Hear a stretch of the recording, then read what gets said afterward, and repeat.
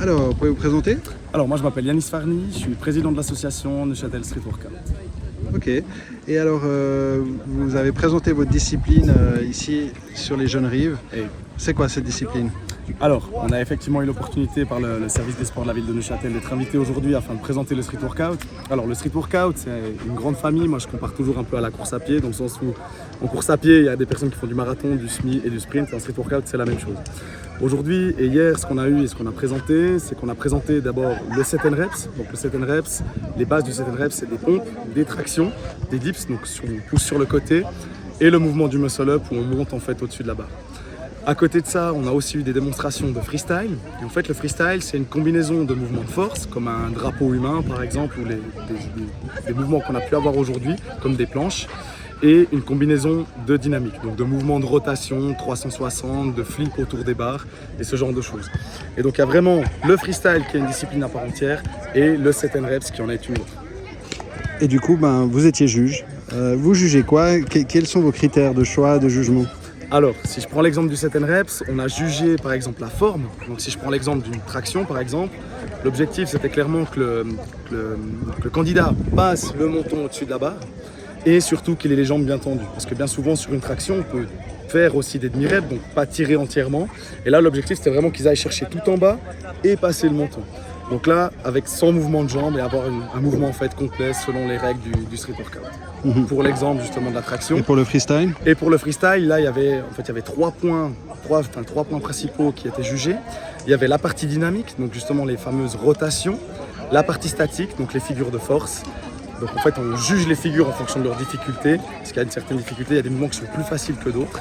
Et la partie combinaison de mouvements. En fait la combinaison de mouvements, on va juger l'athlète sur la fluidité de l'athlète sur son passage. Donc un athlète qui par exemple va faire des pauses, va s'arrêter avant de lancer d'autres mouvements, marquera moins de points qu'un athlète qui fait des combinaisons de mouvements qui les enchaîne l'un après les autres sans pause.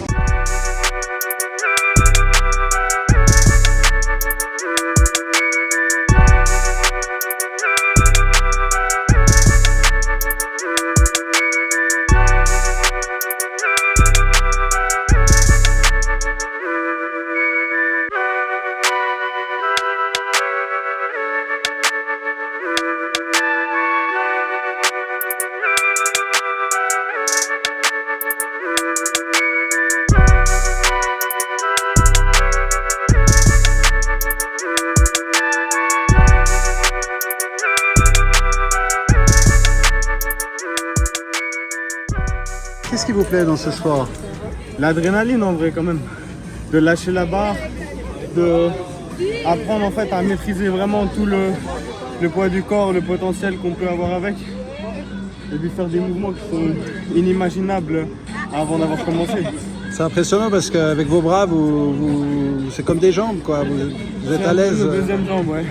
On peut marcher dessus, on peut faire beaucoup de choses. Après on s'entraîne pour beaucoup et puis le travail il paye. Et puis Et qu'est-ce qui est difficile? le plus difficile, moi je dirais, c'est d'apprendre les mouvements de force parce que c'est tout des procédures. Et puis ça prend des fois 3 à 4 mois pour apprendre une seule figure en force. Et puis d'oser avoir un déclic pour oser lancer les mouvements un peu plus dangereux d'agilité.